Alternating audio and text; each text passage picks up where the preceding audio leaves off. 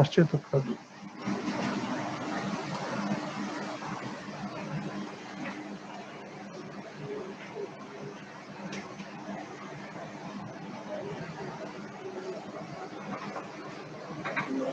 আগান দিয়ে দিছে না? পাঁচটা জামাত না? ওরে আল্লাহ, পাঁচটা বাজে তো, ভুলে গেছি। আপনাদেরকে মাঝে শুরু করলাম।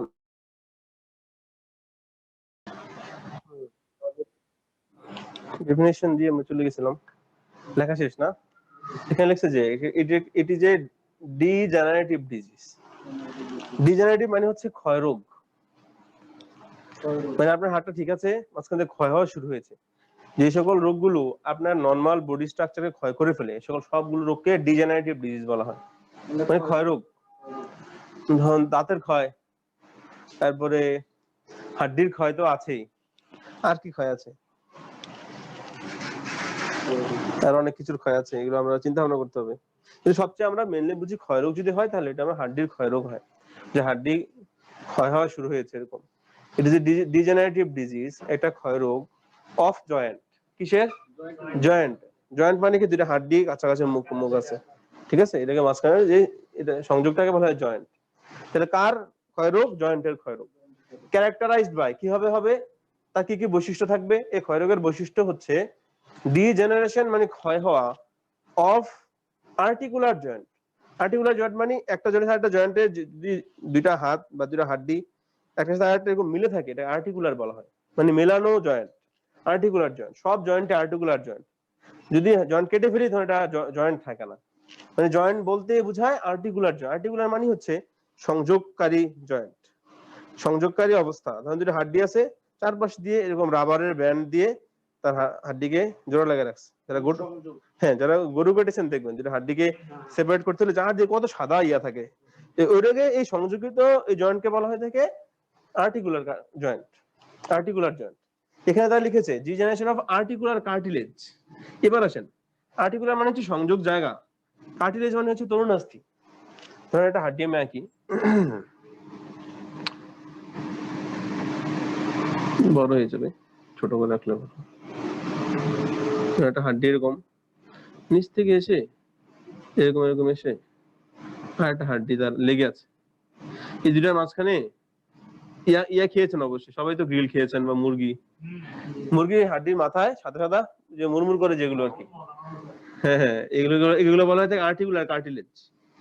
কার্টিলেজ মানে হচ্ছে তরুণাস্থি, এগুলো কার্টিলেজ বলা হয়। এগুলো জয়েন্টের মাঝখানে মাঝখানে থাকে, আমরা খাইতে গেলেই দেখি মুরগির হাড্ডির মাথায় সাদা একটা থাকে না ক্যাপের মতো, তার মধ্যে মুরমুর করে যে, এগুলোকে বলা হয় কার্টিলেজ, তরুণাস্থি। আর্টিকুলার কার্টিলেজ মানে যে সংযোগকারী সংযোগস্থলের মধ্যে যে তরুণাস্থি গুলো থাকে, এগুলোকে বলা হয় আর্টিকুলার কার্টিলেজ। এখানে বলছে ডিজেনারেশন অফ আর্টিকুলার কার্টিলেজ। কিসের ক্ষয়? তাহলে এই জয়েন্টের এই আর্টিকুলার কার্টিলেজের ক্ষয় হওয়া শুরু হয়। একটা ঘষা খায়, খাইতে খাইতে ক্ষয় হওয়া শুরু হয়। উইথ মানে একটা গেল, এর সাথে সাথে কি হয় বুঝছেন তো না এই পর্যন্ত? এটা একটা ক্ষয় রোগ যেখানে এই সংযোগকারী তরুণাস্থি গুলো ক্ষয় হতে থাকে। সাথে সাথে কি হয়? প্রলিফারেশন অফ নিউ বোন। প্রলিফারেশন মানে বড় হওয়া, আবার গজানো, এটা বলতে পারি নতুন ভাবে গজায় এরকম ভাবে। হ্যাঁ, অফ নিউ বোন, নতুন হাড্ডি গজায়। এখানে ছোট ছোট ছোট হাড্ডি কণা গজায়। এই যে সংঘর্ষ লাগছে তো, এই হাড্ডির শেপটা চেঞ্জ হয়ে ছোট ছোট কণাগুলো বের হয়, এটাকে বলা হয় থেকে প্রলিফারেশন মানে গজানো অফ নিউ বোন। একটু শেষ, তাহলে কাহিনী কি একটু পর্যন্ত হলো? এই যে সংযোগকারী কার্টিলেজ গুলো ক্ষয় হলো, নতুন হাড্ডি গজালো। এন্ড যদি গজায় ক্ষয় হয়ে যায়, তাহলে এই যে শেপটা ছিল এটা কি ঠিক থাকবে? থাকবে না। এখানে লিখছে and remodeling of joint contour. Contour মানে হচ্ছে শেপ, শেপ মানে শেপ আকৃতি, হ্যাঁ কন্টুর মানে হচ্ছে শেপ। রিমডেলিং মানে হচ্ছে আগে যে অবস্থা ছিল ওটা রিমডেল হয়ে গেছে, আগের হ্যাঁ নতুন ভাবে অন্য একটা শেপ নিয়ে নিছে। রিমডেলিং, নতুন রূপ। ধরেন একটা সাইকেল ছিল, আপনি চারপাশে 5 লাখ হুন্ডা বানিয়ে দিলেন, এটাকে চাপতে হবে পায়ে, কিন্তু হুন্ডার শেপ এরকম দেখা যায় মাঝে মাঝে, চারপাশে হুন্ডা ইয়া লাগে চাপতেছে। তো এটা হচ্ছে রিমডেলিং করা। একটা মডেল ছিল, এটা আবার অন্য একটা শেপ দিয়ে অন্য একটা ভাবে নতুন ভাবে প্রেজেন্ট করা। ধরেন আপনি চুল এরকম, আপনি যদি এই মাঝখানে এদিকে কামাই আর এরকম করে দিয়ে, তাহলে রোনাল্ডোর মতো দেখা যাবে। তো এটা বলা হয় রিমডেলিং। ঠিক ঠিক রিমডেলমেন্ট নতুন হ্যাঁ নতুন ভাবে, হ্যাঁ এটা এতক্ষণ বুঝছো ভাই।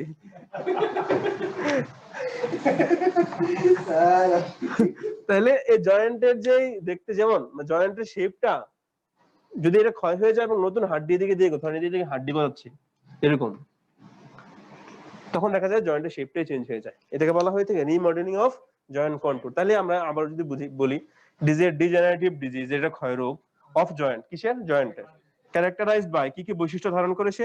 ডিজেনারেশন অফ আর্টিকুলার জয়েন্ট, এই যে সংযোগকারী তরুণাস্থির ক্ষয় হওয়া শুরু হয়, উইথ প্রলিফারেশন অফ নিউ বোন, নতুন ভাবে হাড্ডি গজায় ছোট ছোট, and remodeling of the joint contour, এবং জয়েন্টের যে শেপটা সেটা রিমডেলিং হয়ে যায়, নতুন ভাবে আমাদের সামনে প্রদর্শিত হয়, নতুন রূপ ধারণ করে। এটা তো এই অবস্থায় কি হয়, তখন আমরা তো পড়বো পরীক্ষার জন্য, তখন এদিকে হাড্ডি ছোট ছোট গজায়, এই জয়েন্টের মাঝখানে আমরা জানি যে তরুণাস্থি গুলো রাবারের মতো দেখতে। আপনি একটা সাইডে ঘষা লাগান, হ্যাঁ রাবার হচ্ছে শক্ত, মাংসের জন্য নরম, একটা ঘষা লাগালে সে একটার উপর যে আরেকটা চলে যাবে রাবারের মতো, সে তো ক্ষয় হবে না, নরমালি ক্ষয় হয় না। জয়েন্টের মধ্যে স্পেস থাকে, দুটা এগুলো কাটলে যে জন্য দিছে আল্লাহ, যে যাতে ওই যে একটার পর আরেকটা যে চললে যাতে কোনো ক্ষয় না হয়। তো একসময় দেখা যায় এই রোগটাতে এগুলো ক্ষয় হওয়া শুরু হয় নিচে থেকেই। নিচ থেকে ক্ষয় হলে কি হবে, ওই হাড্ডির সাথে হাড্ডির সাথে লাগবে। এবার হাড্ডি লাগলে হাড্ডি ক্ষয় হয়ে যাবে। এদিন হাড্ডি কেন ক্ষয় হয় নাই? কারণ তার মাথায় টুপি ছিল, কিসের? এই যে কার্টিলেজের বা তরুণাস্থির। টুপিটা যখন ফেলে দিল তখন তার মাথা দেখা গেল, তখন এই দুটা যে ফ্রিকশন হলো, জয়েন্ট গুলো ক্ষয় হওয়া শুরু হলো, নতুন ভাবে হাড্ডি গজানো শুরু হলো। তো হলে কি হবে, এখানে যে ঘষা লাগবে, হাঁটতে গেলে তার প্রচুর ব্যথা হবে। সকালে উঠলে ব্যথা, কাজ করতে যদি বেশি কাজ করতে যায়, সকালে সুস্থ, কাজ করতে যাচ্ছে ব্যথা, সকালে পা নাড়তে পারতেছে না, কিছু করতে গেলে প্রচুর ব্যথা, কারণ যে হাড্ডি লাগতেছে এখন, কারণ মাঝখানে তো জয়েন্টের মধ্যে কার্টিলেজ নাই। এই রোগটা বিশেষ করে মহিলাদের মধ্যে বেশি কমন, হ্যাঁ 45 বা 40 উপরে মহিলাদের এই রোগটা বেশি হয়ে থাকে, এবং এটি মেইনলি হচ্ছে হাঁটু এবং এই যে আমাদের পায়ের যে গিরা আছে এই গিরাতে, দুই গিরা ধরে বেশি, হাতটাতে যেমন ধরে না, মেইনলি ধরে যে হাঁটু এবং পায়ের গিরায়। তাহলে বুঝছেন তো না? ঠিক আছে, তাহলে মুছে দিই। তাহলে রিমডেলিং আপনার মনে থাকবে, রোনালদো খেলে না এখন অবশ্য, আর পুরোটা কেটে দিলে আবার জিদান হয়ে যাবে, জিদান তো খেলে না। আচ্ছা এটা হয়ে গেল। এরপর আমরা পড়বো, তাহলে আমরা পড়বো কি কি সমস্যা নিয়ে আসে, সিমটমস। রোগী আমাদের যা বলবে এগুলোকে বলা হয় থাকে সিমটমস। কান্নাকাটি তো করবে, ব্যথা হলে তো আপনিও কানবেন, যে কোনো ব্যথায় কান্নাকাটি করতে হয়, কিন্তু আসলে কি নিয়ে আসে রোগী? ওই জয়েন্টের ব্যথা নিয়ে আসবে, জ্বর নিয়ে আসবে, পা ফুলা নিয়ে আসবে, এগুলোই থাকবে। জি এটা আপনার এটা হবে না, আপনার বয়স তো 40 পারা নেই মনে নাকি?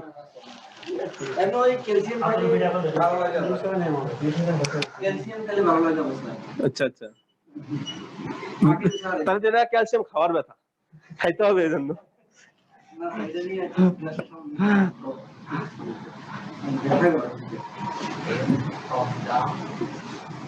Pain of the affected joint.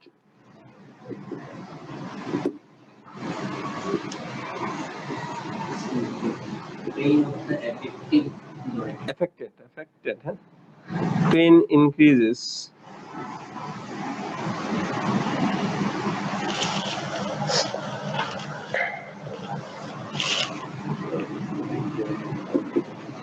with activity.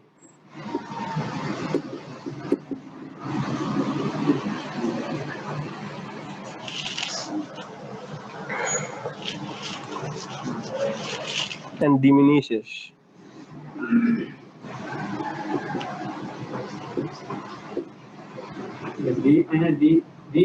जी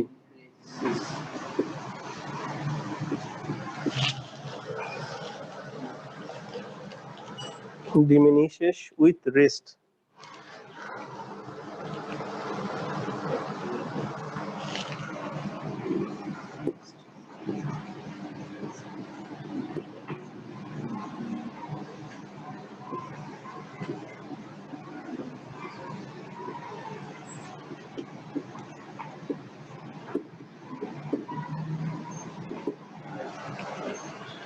এই রোগ পড়লে সমস্যা, মনে হয় যে নিজে রোগী।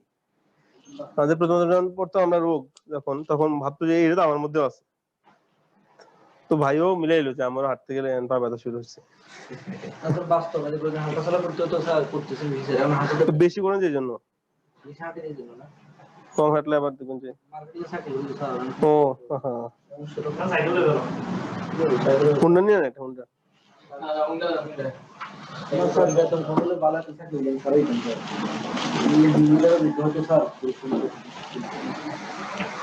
কি করবে বেচারা, ব্যথা তো হবেই। আচ্ছা এটা গেল, এটা সিমটম।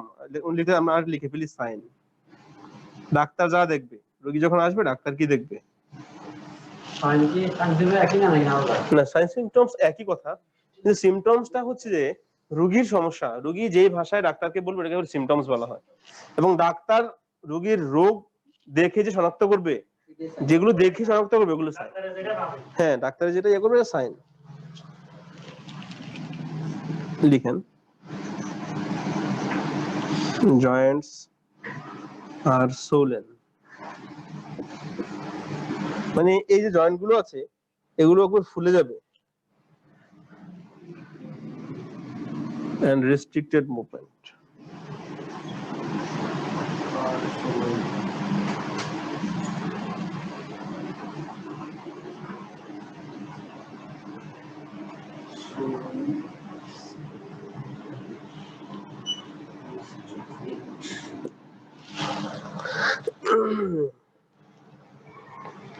RES না স্যার?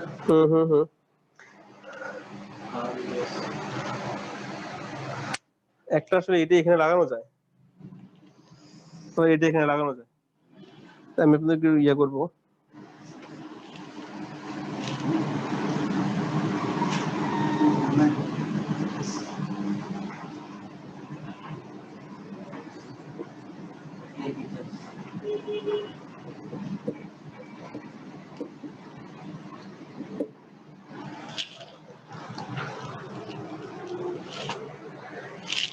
ছোট করে দিয়ে যদি দিই একটু সুন্দর হয়।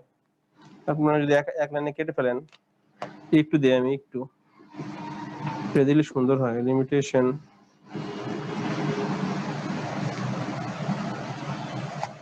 কিবডাসটা কেটে অনের জায়গায় অফ লিখেন, অফ জয়েন্টটা কেটে দেন, শেষ। লিমিটেশন অফ মুভমেন্ট, হ্যাঁ লাস্টেরটা 3 নাম্বারটা। 3 নাম্বারটাতে কি ছিল, কিবডাস ছিল না, কিবডাসটা কাটেন, কেটে দেন। হ্যাঁ, এই জায়গায় লিমিটেশন লেখেন, অনের জায়গায় অফ লিখবেন, শেষ। এটা দিলে সহজ হবে আপনার জন্য যে সিমটমস বোঝা। According to cause, না স্যার? হ্যাঁ, সাইনের মধ্যে ঠিক থাকবে না স্যার? জি জি, হ্যাঁ সাইন ঠিক থাকবে। এখানে আসলে অ্যাকর্ডিং টু কজ, এখানে কজ তো অনেকগুলো থাকে, আরো জন্মগত থাকে, কারো রোগের কারণে হয় বিভিন্ন ধরনের, এক এক ধরনের কজ গুলো আমরা লিখি নাই। কজ গুলো প্রাইমারি হচ্ছে সেকেন্ডারি, যে প্রাইমারি মানে হচ্ছে নিচ থেকে যদি হয়ে যায়, সেকেন্ডারি হচ্ছে অন্য কোনো সমস্যার কারণে যদি হয় আর কি, তো রাখবে না। আমরা জানেন যে সিমটমস কি, pain of the affected joint, মানে যে জয়েন্টের মধ্যে এফেক্ট হলো, এরকম সমস্যা হলো, ওখানে প্রচুর ব্যথা হয়। 2 নাম্বার জয়েন্টে ব্যথা। 2 নাম্বার হচ্ছে pain increases with activity. Activity মানে কি, কাজকর্ম, যখন কাজকর্ম বাড়াবেন ব্যথাও বাড়তে থাকবে, এবং এত ব্যথা বাড়বে আপনি কাজ করতে পারবেন না, তখন আপনাকে শুয়ে যেতে হবে। এবং ডিমিনিশেস মানে কমে যাবে, উইথ রেস্ট, রেস্ট নিলে ব্যথা কমে যাবে। ইনক্রিজ মানে বেড়ে যাওয়া, ডিমিনিশ মানে কমে যাওয়া। পেইন বাড়বে কোথায়, কাজকর্মেতে, এবং রেস্ট নিলে ব্যথা কমে যাবে। যদি এরকম হয় তাহলে আমরা বুঝবো যে এটা অস্টিওআর্থ্রাইটিস। মানে সকালে ঘুম থেকে উঠলে আপনি ফ্রি, সুন্দর, যখন হাঁটাচলা শুরু করছেন তখনই দেখা গেছে যে ব্যথা শুরু হয়েছে। 3 নাম্বার ইনক্রিজ মানে বৃদ্ধি, ডিমিনিশ মানে হচ্ছে কমে যাওয়া। লিমিটেশন অফ মুভমেন্ট, এত ব্যথা হয় আপনি ধরেন পা এরকম এই ফুটবল লাথিয়ে পারেন, তখন এ তুলতে পারবেন না, অল্প, মানে হাঁটতে গেলে এই জাস্ট এরকম হাঁটতে, এরকম পা ভাঁজ করে, মানে আমরা রোগী দেখছি তো তারা এরকম হাঁটে, এই জয়েন্ট নাড়তে পারে, নাড়লে ব্যথা হয় যে, এই জন্য সোজা হাঁটতে চায়, এরকম হাঁটতে গেলে হাতে ব্যথা নাই, হাত সোজা করে হাঁটে, কেন জানো, যে মানে ব্যালেন্স থাকে না তার। তাহলে লিমিটেশন মানে সীমাবদ্ধ হয়ে যাওয়া অফ মুভমেন্ট, চলাফেরার যে মুভমেন্ট বা চলাফেরা গুলো সীমাবদ্ধ হয়ে যায়, বেশি হাঁটতে পারে না, দৌড়তে পারে না। সাইনের মধ্যে ডাক্তারের কাছে আসলে ডাক্তার কি দেখবে, সে দেখবে যে জয়েন্টস আর সোলেন। সোলেন মানে হচ্ছে ফুলে যাওয়া, জয়েন্টস আর সোলেন মানে হচ্ছে ওই জয়েন্ট গুলো দেখবে যে ফুলে গেছে, একেবারে ফুলে আছে।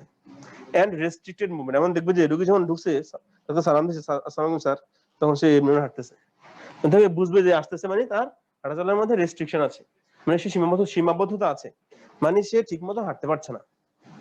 ডাক্তারে দেখলেই বুঝবে তার যে হাঁটার সমস্যা আছে। এবং পরে যখন দেখবে যে জয়েন্ট, তখন দেখবে যে ফুলে আছে। দুইটা। আর একটা হচ্ছে 2 number, crepitus on movement of. Crepitus মানে কি? ধরুন রোগীকে বললো যে আপনি একটু চেয়ারে বসেন, তো রোগী এমনি বসলো, বসার পরে দেখে যে এই যে মটকা ফুটে, যেমন এই যে এই জয়েন্টের মধ্যে অনেক সময় ফুটে থাকবে নামাজ পড়তে গেলে বা বসতে গেলে, এটা স্বাভাবিক। কিন্তু ওই রোগীর যতবার বসাবেন ততবার এই ফুটা শুরু হয়, এটা বলা হয় ক্রেপিটাস। মানে বাংলা বলো মটকা ফুটানো। মটকা ফুটানোর যে আওয়াজটা, এটা ক্রেপিটাস বলা হয়ে থাকে। আমি পুটপুট শব্দ কর বসতে গেলে মটকা ফুটানোর আওয়াজকে ক্রেপিটাস বলা হয়ে থাকে। যদি যখন জয়েন্টটা মুভ করতে শুরু করবে, তখন এই একটা হাড্ডি আরেকটা হাড্ডির সাথে লাগলে এই আওয়াজটা হবে। আমাদের কিন্তু হাড্ডির সাথে লাগে না, আমাদের এমনি বাতাস থাকে মাঝখানে, এই জন্য মটকা ফুটে। এই যে ফুটলো, এই মাঝখানে বাতাস আছে, বাতাসের স্পেস আছে এই জন্য। কিন্তু তার বাতাসের স্পেস নাই, সে এর সাথে লাগে, এবং এই আওয়াজটা ওইটার মতোই, কিন্তু পুরোপুরি একরকম না। এখানে আমরা ব্যথা পাই না, সেখানে ব্যথা পায়। এবং এই আওয়াজটা যতবার বসবেন ততবারই তার হয়, আমাদের সবসময় হয় না, একবার বসলেই শেষ হয়ে যায়। রেস্ট্রিক্টেড মানে সীমাবদ্ধ হয়ে যাওয়া, মানে যতটুকু পারতো, ধরেন এতটুকু করতে পারতো, তখন সে করতে পারে এতটুকু, আর পারে না, বলতে পারে না। একটা সীমাবদ্ধ হয়ে যাও। ধরেন আপনি সারা পৃথিবী ঘুরতে পারেন, আপনি আটকে দিলাম দরজা দিয়ে, আপনার এই ঘর থেকে বেরোতে পারবেন নাকি? আপনি আটকে দিলাম, তাহলে এই রেস্ট্রিক্ট করে যাওয়া, আপনার চলাফেরাকে একটা সীমাবদ্ধ অবস্থায় নিয়ে আসা, এটাকে বলা হয় রেস্ট্রিক্টেড মুভমেন্ট। ধরেন আপনি ওই যে ম্যারাডোনা কাটিং দিলেন, বা যে কি বলে যেন নেইমারের অথবা ডেভিড বেকহ্যামের চুলটুল বড় রাখে, ফুটবল নিলেন, তারপর আপনার আছে এই রোগ, আপনি শর্ট দিবেন, যাই কিরে পাতন মারে না, তো এ দিছেন আর বল যায় না, সবাই হাঁটতেছে, কিরে তার আর কি হইলো? এটা হচ্ছে রেস্ট্রিকশন মুভমেন্ট। সবাই তো জানে আপনি এক লাথিতে বাংলাদেশ পার করে দিতে পারেন ফুটবল, দিনে যে মাঠও পার করতে পারতেছেন না, এটা হইলো আর কি। এই তাহলে এটা সাইন হয়ে গেল, ঠিক আছে, বুঝছেন তো নাকি? এটা মুছে দিই আমরা। এটা এগুলো দিলে পরীক্ষায় ভালো নাম্বার পাওয়া যায়। প্রশ্ন থাকলে বলুন।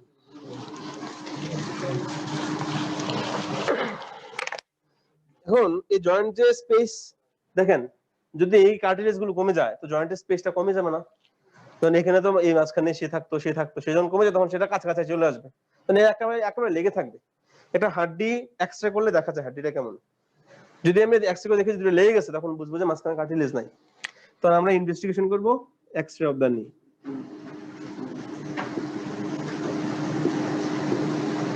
একটা পরীক্ষা করলে যেটাতে বোঝা যাবে, এটা হচ্ছে যে x-ray of knee joint, x-ray of affected joint দিলে হবে।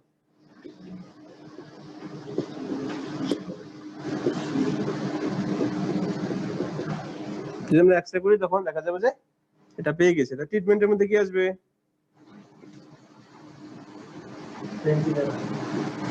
পেন তো ব্যথা কমবে, কিন্তু তার লাইফস্টাইল মডিফিকেশন করতে হবে। যে সকল জিনিসগুলো বা যে সকল কাজের কারণে আমাদের এই হাঁটুতে এবং পায়ের গোড়ালিতে ব্যথা হয় বেশি, ধরেন বেশি প্রেসার পড়ে, কি করলে অনেক আপনি বেশি মোটা হয়ে গেলেন, তখন ওজনগুলো কিন্তু সে বহন করতে হবে, তারপর একটা প্রেসার পড়লো। আপনি অনেক ওজনের কাজ করেন, ধরেন 1 মণ 2 মণের বস্তা মাথায় নেন, তো তার প্রেসার পড়লো, তো যত প্রেসার পড়বে তত কি হবে?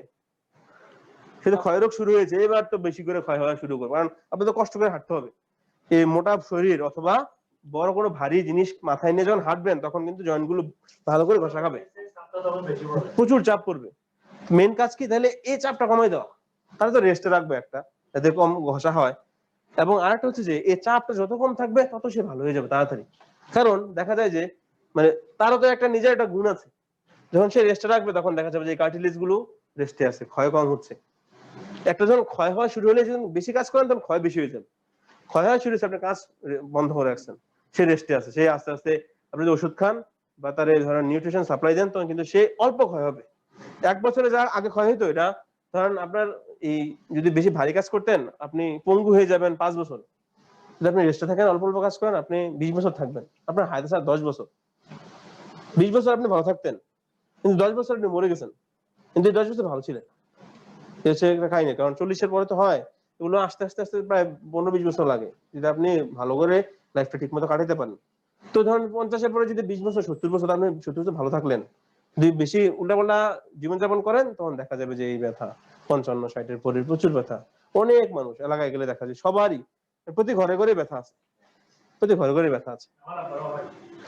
এটা তো বয়সের সাথে একটা ঠিক আছে, কিন্তু এটা যদি সিভিয়ার হয় এমন যে হাঁটতে পারছে না, তখন তো সেটা পঙ্গু হয়ে গেল। ব্যথা আছে ওষুধ খেলে বা রেস্ট নিলে কমে থাকে, এটা একটা। আর হচ্ছে এত ব্যথা হয়েছে যে পঙ্গু হয়ে গেছে একেবারে, ব্যথা ক্ষয় হয়েছে।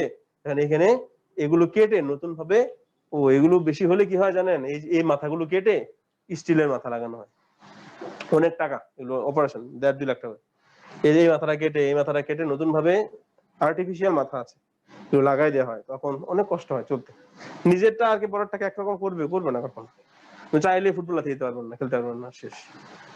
টেনশনে পড়ে গেছে ভাই, কি হলো এটা? টেনশনে কারণ নাই, আপনারা আমরা খেলতে দিয়েছি না।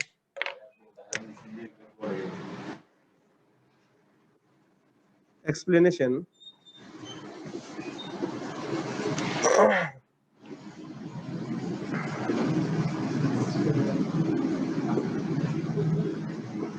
Explanation and reassurance. এক নাম্বার, দুই নম্বর হচ্ছে পেশেন্টস এডুকেশন।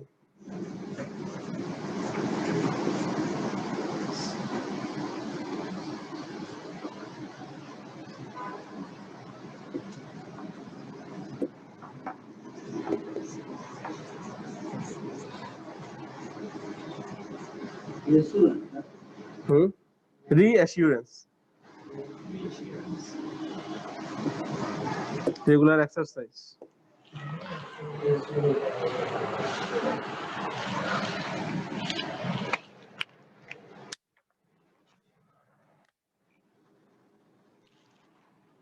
আরে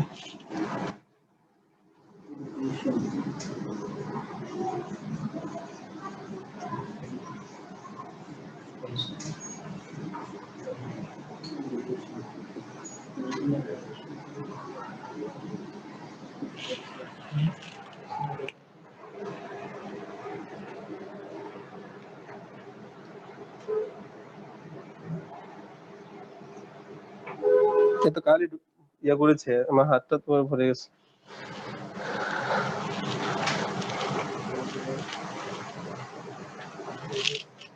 একটু গেল, আমি উপরটা একটু মুছে দিই।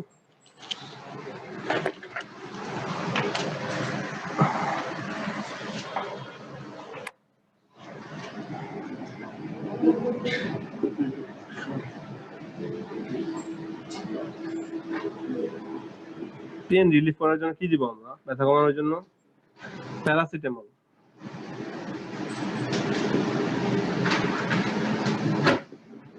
ফার্মাকোলজি শেষ না? সে বলুন তো কি এনএসএআইডি কি? ওরে আল্লাহ, ভালোবাসা। এর মধ্যে কি আছে? প্যারাসিটামল আছে, আচ্ছা, হ্যাঁ, এই যেগুলো আছে এগুলো প্যারাসিটামল দিয়ে যদি কন্ট্রোল না হয় এগুলো দিতে পারবো আমরা। তাই তো মোটামুটি পারা গেছে। কিন্তু এনএসএ যখন পরীক্ষা আসলো কেন লিখলেন না আপনারা সবাই ভালোভাবে?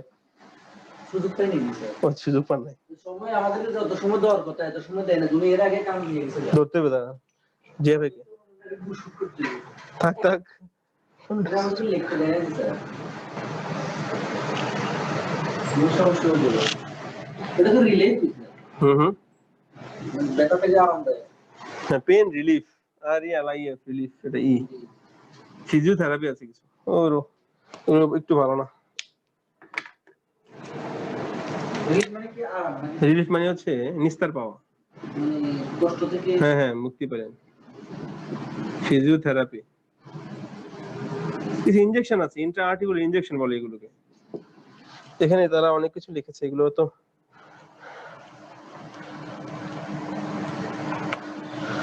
কনরুটিন সালফেট একটা ভালো না।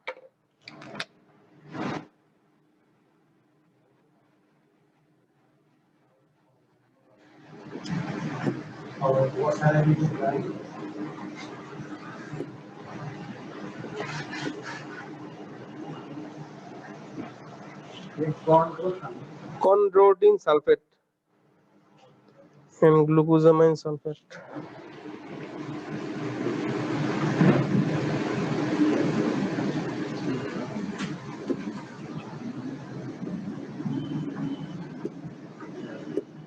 No ঔষধ নিয়ে আসছেন না? থ্যাংক ইউ ভাই।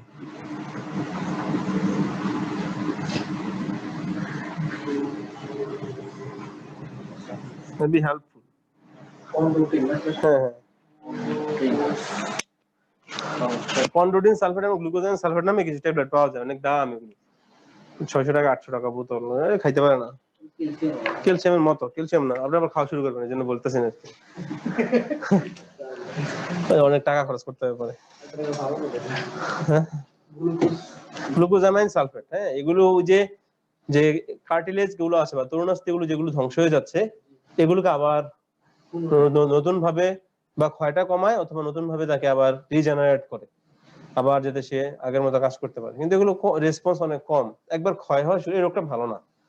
শুধু আপনাকে জীবনযাপনের ধরনটা পরিবর্তন করে থাকতে হবে, তাহলে আপনি অনেক ভালো থাকবেন। তাহলে এক নম্বর হচ্ছে এক্সপ্লেনেশন এন্ড রিঅ্যাসুরেন্স। এক্সপ্লেনেশন মানে হচ্ছে রোগ আসলো, সে 7 দিন ধরে দেখা যায় সে অনেক ভারী কাজ করে, কাজ করতে গেলে ব্যথা শুরু হয়, সে তো 1 সপ্তাহ কাজ করতে পারতেছে না, টাকা পয়সা নাই, আপনার কাছে আসছে অনেক কষ্টে, টাকা পয়সা ধার করে এসে বললো যে আমার এই সমস্যা, তো আপনি বলবেন যে আসলে এই রোগটা এমনি এমনি হয়, সে তো অ্যানাটমি বুঝবে না, তাকে তার ভাষায় বুঝতে হবে এবং তাকে বলতে হবে আপনি এখান থেকে ভালো হয়ে যাবেন বা আপনি একটা ভালো জীবনযাপন করতে পারবেন।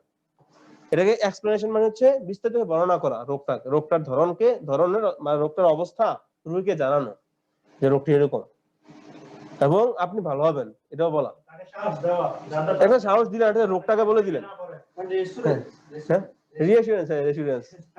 আবার আবার আবার ভাইবেন না যে ইন্স্যুরেন্স, তবে জানা লাগবে। রেসিউরেন্স থেকে ইন্স্যুরেন্স যাবে, এটা রিঅ্যাসুরেন্স মানে পুনরায় তাকে মানে সাপোর্ট দেওয়া মেন্টালি যে আপনি ভালো হয়ে যাবেন। এটা তাই 2 নম্বর হচ্ছে পেশেন্টস এডুকেশন।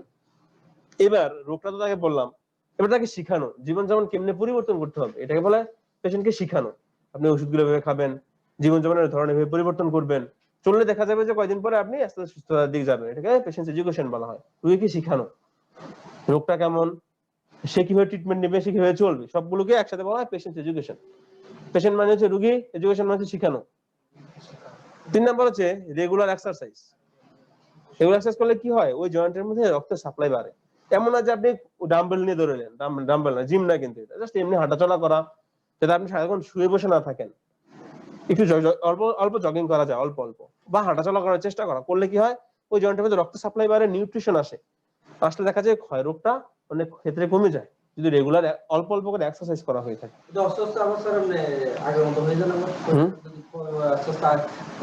পুরোপুরি আগের মতো হয়ে যায় না, এই ক্ষয় রোগটা খারাপ। এটাকে বাধা দেওয়া যায় অল্প করে, অথবা এটা থেকে একটু সামনের দিকে উত্তরণ করা যায়, কিন্তু পুরোপুরি এটাকে জ্বর ওষুধ খেলে জ্বর কমে গেল এমন না কিন্তু।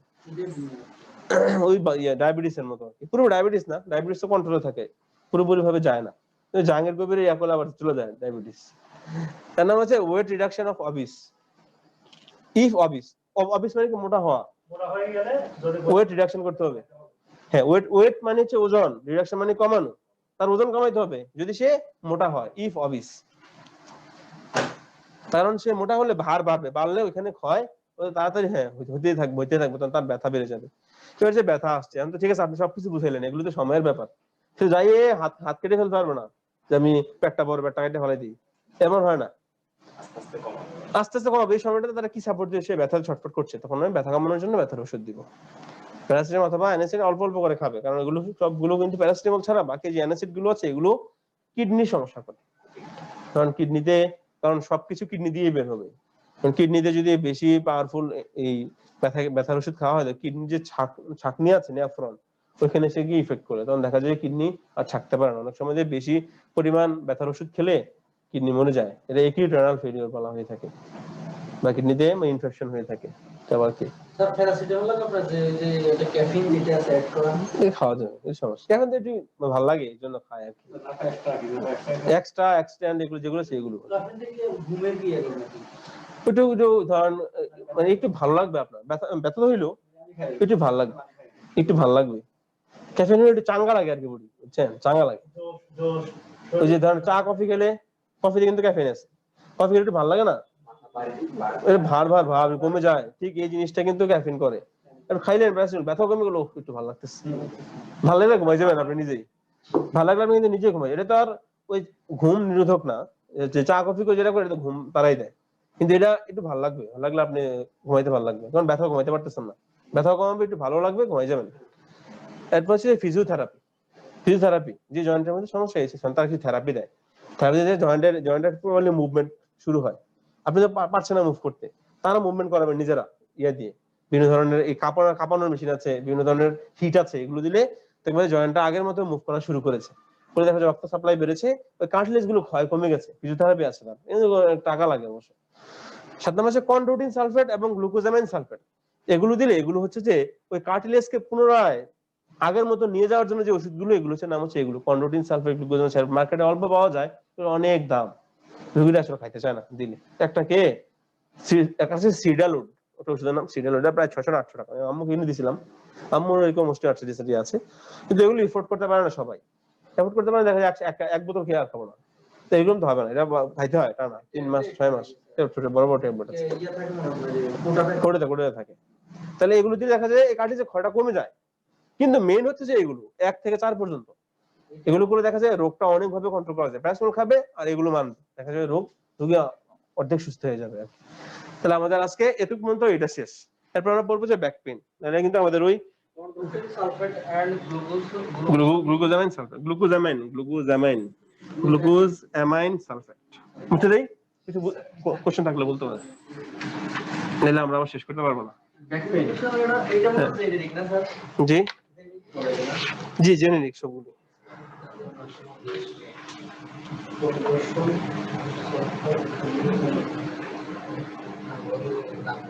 লো ব্যাক পেইন হচ্ছে এই যে মাজা ব্যথা করা, এটা সংজ্ঞা তেমন নাই, সংজ্ঞা পরীক্ষা আসবে না।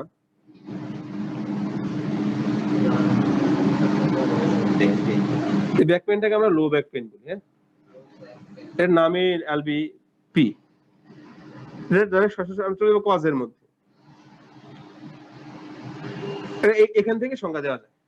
যে পেইনটা আসলে আমাদের এই নিচের দিকে থাকে, যে শিরদাঁড়া আছে, শিরদাঁড়ার নিচের দিকে ব্যথা হলে এটাকে লো ব্যাক পেইন বলা হয়ে থাকে। কজের মধ্যে 1 নম্বর হচ্ছে মেকানিক্যাল ব্যাক পেইন।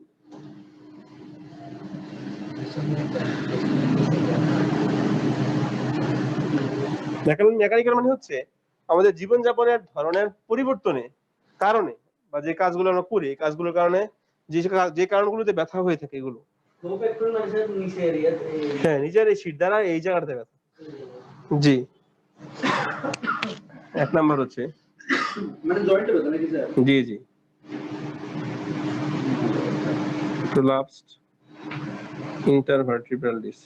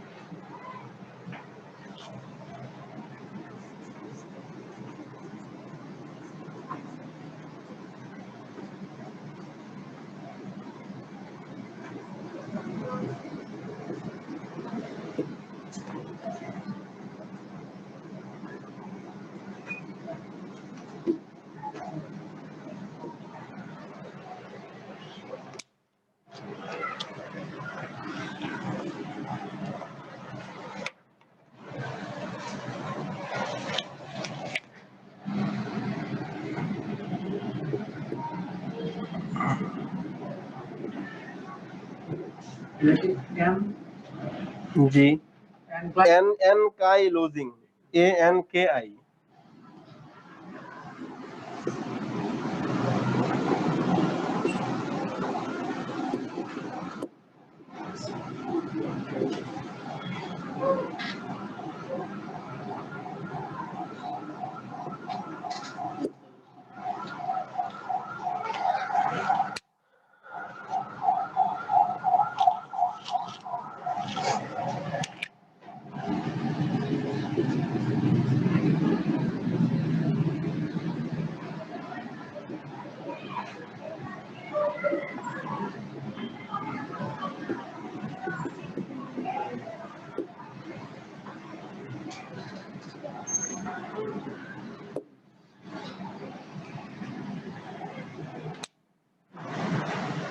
এই সবগুলো আবার নেক পেনের মধ্যে লাগবে। যা পড়াচ্ছি ব্যাক পেন নেক পেন একসাথে, কারণগুলো একই সবগুলো।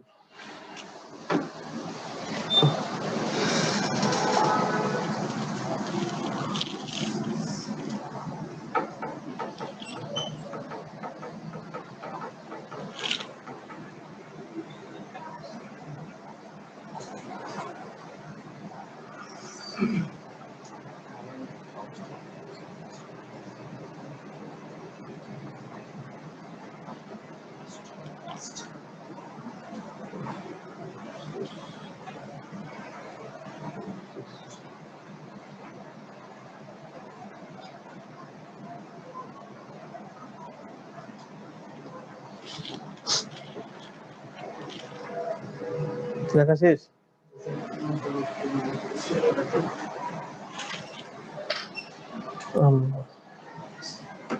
আপনার বাসা কোথায়? রাউজান থেকে আছেন? ওরে আল্লাহ, রাউজান মানে কোন রাউজান? গহিরা ডহিরা এখানে এগুলো? ও ছোটের রাস্তায়। ও আচ্ছা, ওরে আল্লাহ, তাই তো অনেক দূরে। আপনার? আচ্ছা পিলখানা। আপনি? আন্দরকিল্লা। আপনার কোথায় ভাই? মুরাদপুর, কাছাকাছি নাকি? আচ্ছা, আপনার? ও আপনার? আকবর সাথে আসেন, দূরে অনেক। ও একেবারে কাছে, কাছাকাছি যে মুরাদপুরটাই আছে। বাকিগুলো তো একটু দূরে। আকবর শাহ ওই যে ওই মাথায় একেবারে। তো আসতে হয় কি ফরিদগঞ্জের রাস্তা দিয়ে, কষ্ট হয়। তাই তার এক নম্বর হচ্ছে মেকানিক্যাল, মানে যে সকল কারণে আমাদের লো ব্যাক পেইন হয় বা মাজায় ব্যথা হয়, এর মধ্যে একটা হচ্ছে মেকানিক্যাল। মেকানিক্যাল মানে হচ্ছে মানে যে স্ট্রাকচার নিয়ে আমাদের ওই কি বলে শির দ্বারা গঠিত, ওই জায়গায় কোনো সমস্যা। ধরুন হাড্ডি নিয়ে গঠিত, হাড্ডির মাঝখানে মাঝখানে একটা ডিস্ক আছে, কার্টিলেজের মতো। কার্টিলেজ যেমন দুটা হাড্ডির মাঝখানে কিন্তু গরুর হাড্ডি ইয়ে করছেন কি জানি না, দুটো হাড্ডি মাঝখানে কিন্তু একটা মোটা রাবারের মতো ব্যান্ড আছে। এটাকে বলা হয় থাকে ডিস্ক। এটাকে বলা হয় ইন্টারভার্টিব্রাল ডিস্ক। এটা মেডিকেল নাম হচ্ছে ডিস্ক। একটা ডিস্ক, দুটো হাড্ডি যেমন না, একটা ইট আর একটা ইট মাঝখানে কি সিমেন্ট দিয়ে লাগায় না, মশলাটা সিমেন্ট দিয়ে মাঝখানে লাগায়। ঠিক একটা হাড্ডি আর একটা হাড্ডি মানে শিরদাঁড়ার হাড্ডি গুলো আর কি, যেগুলো আমরা ভার্টিব্রা বলি, যে লাগায় যেটা দিয়ে, এটাকে বলা হয় ইন্টারভার্টিব্রাল ডিস্ক। এটা দেখে মনে হয় মানুষ ওই যে ঘর বাড়ি তৈরি করার সময় ইটের মাঝখানে সিমেন্ট দিছে, বুঝছেন, এরকম আমার মনে হয় আর কি আগে থেকে। এই দেখেন ওই যে দুটো হাড্ডির মাঝখানে একটা ফাঁকা জায়গা আছে, ডিস্ক এগুলোকে বলা হয়।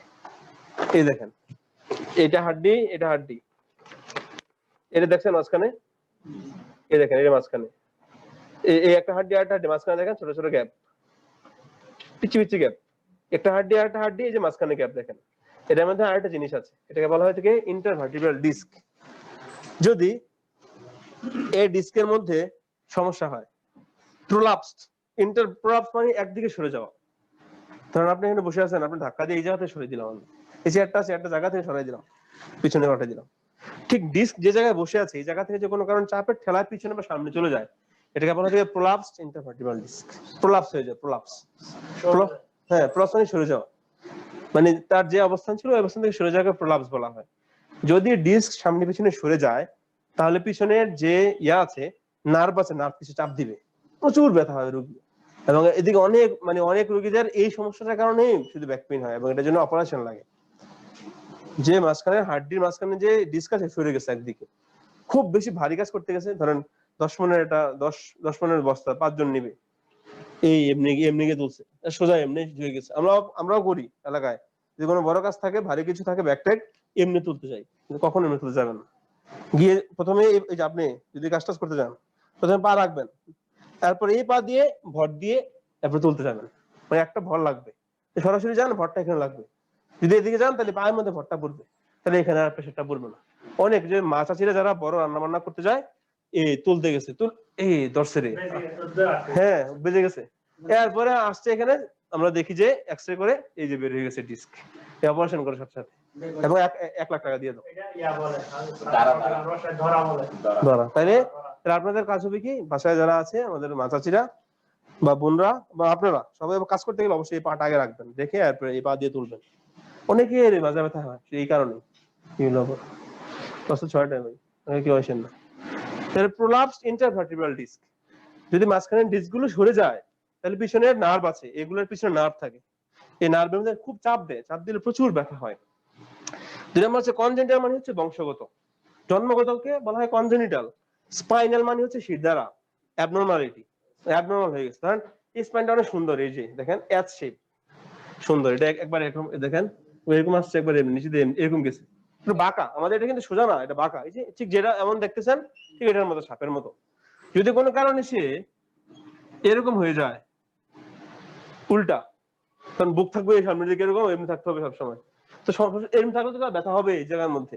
যদি কোনো কারণে জন্মগত ত্রুটি থাকে, যে হয় শিরদাঁড়া সোজা হয়ে গেছে, সামনের দিকে এমনি বেঁকে গেছে, তখন দেখা যায় প্রচুর ব্যথা হয়, এবং এটা আমাদের মাজা ব্যথার একটা কারণ হয়, এবং এই সকল ক্ষেত্রে বড় ধরনের সার্জারি করে এটা ঠিক করতে হয়। আমাদের এক সিনিয়র ভাই আছেন ডাক্তার, এই বিশাল জায়গা ঠিক করে আসছে ইন্ডিয়া থেকে, অনেক টাকা, 5-6 লাখ টাকা না 8 লাখ টাকা 10 লাখ টাকা গেছে, না 20 লাখ টাকা গেছে, সরি। এখন বেল্ট পরে হাঁটতে হয় সবসময়। জি, এই কনজেনিটাল,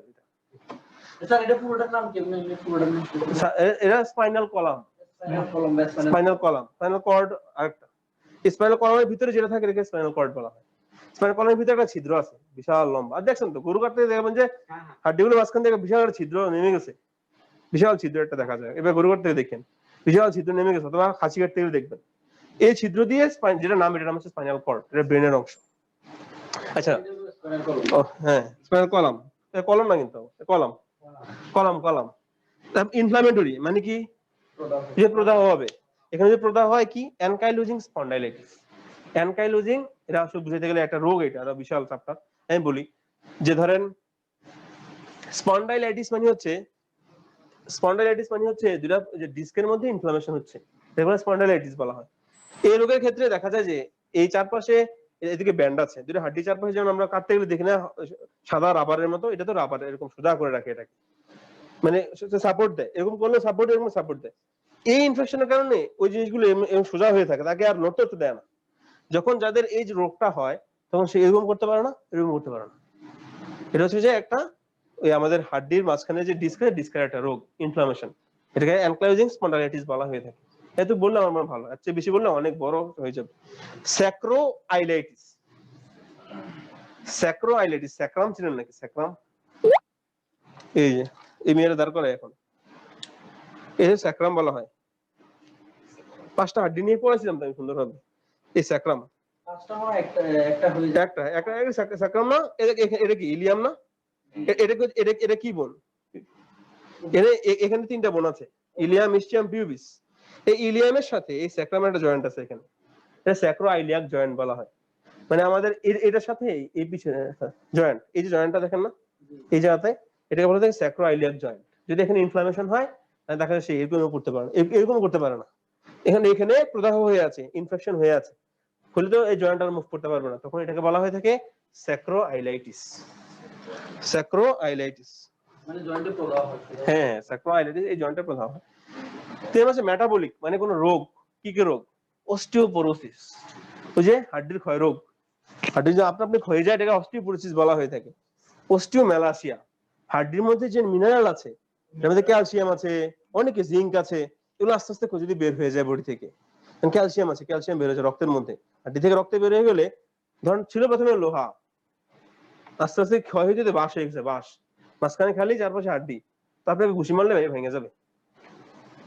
ছিল লোহা, লোহার ভিতরে কি ঘুষি মারলে ভাঙবে? আপনার হাত ভাঙবে, লোহা ভাঙবে না।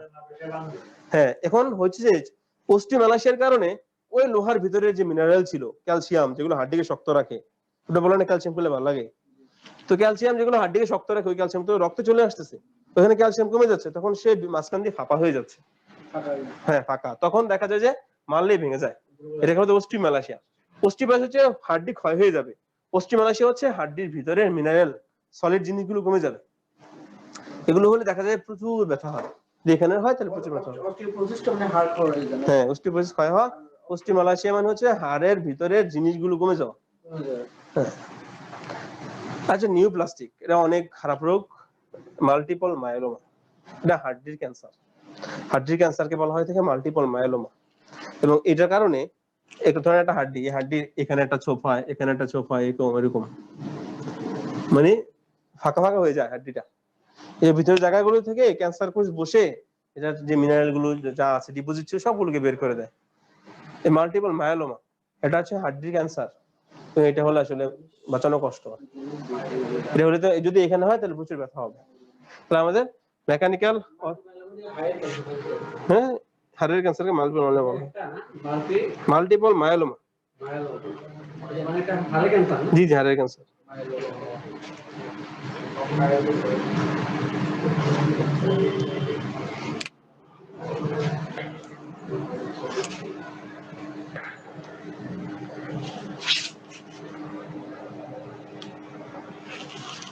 তাহলে আমরা দেখি কি নিয়ে আসবে রুগী।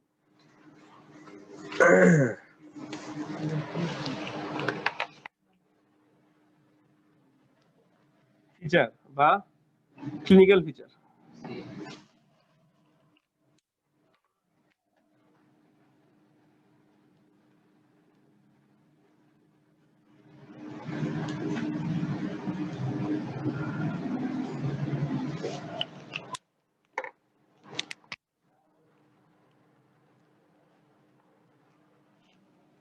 এক number, pain varies with physical activity.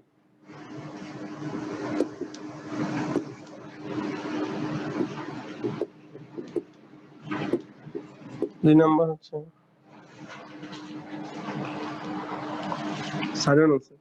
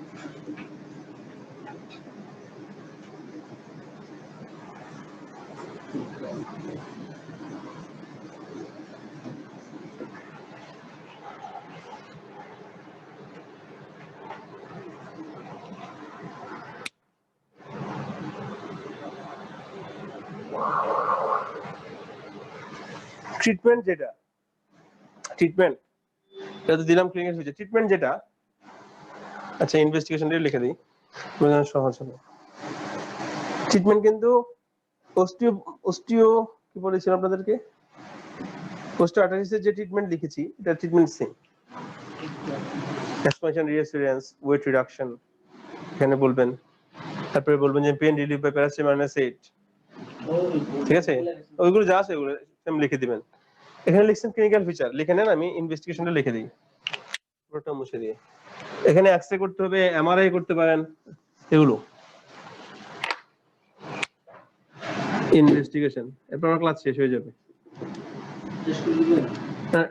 শেষ করে দিব না, আপনারা থাকতে চাইলে কিন্তু ওই যে আরেকজন এসে বের করে দেয় আপনাদেরকে এখন x-ray of spine, MRI of spine. Spine মানে এটা কি বের হলো? স্পাইন মানে শির দ্বারা, এই যে স্পাইনাল কলাম বললাম এটা। এটা পুরোটা মানে এখান থেকে হ্যাঁ হ্যাঁ এই মাথা পর্যন্ত কিন্তু পুরোটা জি জি জি জি স্পাইন এমনি পুরোটা MRI of spine G MRI তো অনেক টাকা নেই। এমআরআই 6 থেকে 8,000 টাকা। আমি একবার এমআরআই করেছি আর এই এই মাথায় ব্যথা দিচ্ছিল পরে গেছে পদে না সমস্যা নেই। কেমনে বা শুয়ে থাকতে কষ্ট হয় না? শুয়ে থাকতে কষ্ট হয়েছে তো ব্যথা করছে আর কি। আমার একবার দিছিল এমআরআই অন্য কোনো কারণে, যাই হোক পরে এক্সারসাইজ আমি শুয়ে 1 মিনিট ছিলাম, পরে উঠে চলে আসছি। ভয় লাগে এটার ভিতরে, কবরের মতো লাগে। খুশি হয়ে গেছে। হ্যাঁ আপনি দিছেন নাকি অক্সিজেন? প্রথম দিকে তো দেরি করছে, আমার তো অপরে দিয়ে দিছে সঙ্গে সঙ্গে। অক্সিজেন দিছে না? আমার অক্সিজেন দিলে আমি চলে আসছি রাগ করে। এই দেখ ক্লিনিক্যাল ফিচারের মধ্যে 1 নাম্বার হচ্ছে পেইন ভ্যারিজ। পেইন যে ব্যথা, ভ্যারি মানে হচ্ছে ভেরি করা, মানে তারতম্য হয় উইথ ফিজিক্যাল অ্যাক্টিভিটি। মানে কাজ খুব ভারী কাজ করলে বেশি ব্যথা পারে, কাজ হালকা কাজ করলে ব্যথা হয় না। 2 নাম্বার হচ্ছে সাডেন অনসেট, হঠাৎ করে যে আপনি বললেন না হঠাৎ করে ধরে গেল, এটাকে বলে সাডেন অনসেট, হুট করে ধরে যাওয়া। প্রিসিপিটেটেড বাই মানে বেড়ে যায়, প্রিসিপিটেটেড মানে ওটা আরো বেড়ে যায়। লিফটিং অর বেন্ডিং, লিফটিং মানে তোলা, লিফট আছে না, লিফট কি করে আমাদের উপর দিয়ে তোলা না, আপনি যদি কোনো কিছু তুলেন নিচ থেকে, এটা লিফটিং বলা হয়। আর ব্যান্ডিং হচ্ছে যে এরকম ঝুঁকে যাওয়া, মানে ঝুঁকে তুলতে গেলে তুলতে যান, হয় ঝুঁকে যান অথবা তুলতে যান, দুটার মধ্যে একটা কিছু করলে ওই ব্যথাটা প্রচুর বেড়ে যাবে, হুট করেই ধরবে। এবং কিছু করতে গেলে এই দুইটা কাজ, একটা হচ্ছে তুলবেন আর হচ্ছে আপনি ভাঁজ হয়ে বসবেন, এই দুইটা কাজ করতে গেলে আপনার ব্যথাটা আরো বেড়ে যাবে। হঠাৎ করে ধরবে এবং ধরার পরে এগুলো করলে আরো বেড়ে যাবে। হচ্ছে মানে যে শুরু হওয়া হঠাৎ করে শুরু হওয়া। 3 নাম্বার হচ্ছে রিকারেন্ট এপিসোড। রিকারেন্ট মানে বারবার, এপিসোড মানে হচ্ছে ওই যে হয় এই কাজটা বারবার হচ্ছে, এটাকে বলা হয় রিকারেন্ট এপিসোড। এপিসোড তো সবাই জানেন যে ইন্ডিয়ান বিভিন্ন অনুষ্ঠানের মধ্যে এই একটা এপিসোড, মেগা এপিসোড, এই সেই কত কিছু বলে।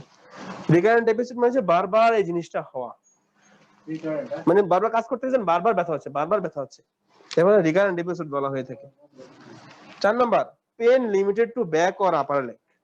ব্যাক মানে হচ্ছে আমাদের এদিকে আর আমাদের এই পায়ের উপরের জায়গার মধ্যে ব্যথাটা সীমাবদ্ধ থাকে, কিন্তু এটা না, এটা হচ্ছে সাধারণ ব্যথার ক্ষেত্রে। পরবর্তী যখন এটা আরো বেড়ে যায় তখন দেখা যায় যে পেন এই পুরো পায়ের মধ্যে নামে, পায়ের মধ্যে মনে হয় যে পা খোঁচাচ্ছে, পা জ্বালা পোড়া করছে, এগুলো পরবর্তী স্টেপ। প্রাথমিক স্টেপে পেনটা পিছনে থাকে এবং সে পায়ের মধ্য দিয়ে নামতে পারে, অল্প থাকে, এটুকু পর্যন্ত তার কাজ। তাহলে কি হবে, সে ব্যথা নিয়ে আসবে, ব্যথাটা তাই বলবে হঠাৎ। ভেরিজ মানে হচ্ছে তারতম্য হয়, ফিজিক্যাল অ্যাক্টিভিটি বেশি ভারী কাজ করলে ব্যথা বেড়ে যায়, হালকা কাজ করলে ব্যথা কম থাকে, এটাকে বলা হয় ভেরিজ মানে তারতম্য হওয়া উইথ ফিজিক্যাল অ্যাক্টিভিটি, মানে শারীরিক কাজকর্মের সাথে তার এই ব্যথার তারতম্য ঘটে। সাডেন হুট করে শুরু হয়েছে এবং যখন ব্যান্ডিং করবেন বা লিফটিং করবেন তখন ব্যথাটা বেড়ে গেছে। রিকারেন্ট এপিসোড হয় বারবার এবং pain limited to back or upper leg, পিছনে থাকে অথবা পায়ের উপরের অংশ থাকে। কিভাবে বুঝবো? এক্সরে বা এমআরআই করলে অফ স্পাইন মানে শির দ্বারা, এগুলো করলে আমরা দেখতে পাবো। ট্রিটমেন্ট কি ওইটা, explanation and reassurance 1 number, explanation and reassurance 1 number. 2 number হচ্ছে পেশেন্টস এডুকেশন 2 নাম্বার। এরপর এক্সারসাইজ করতে বলবো, জি সেম জিনিস লিখে দিবেন, কিন্তু গ্লুকোসামাইন আর কন্ড্রোটিন সালফেটটা না দিলে হবে।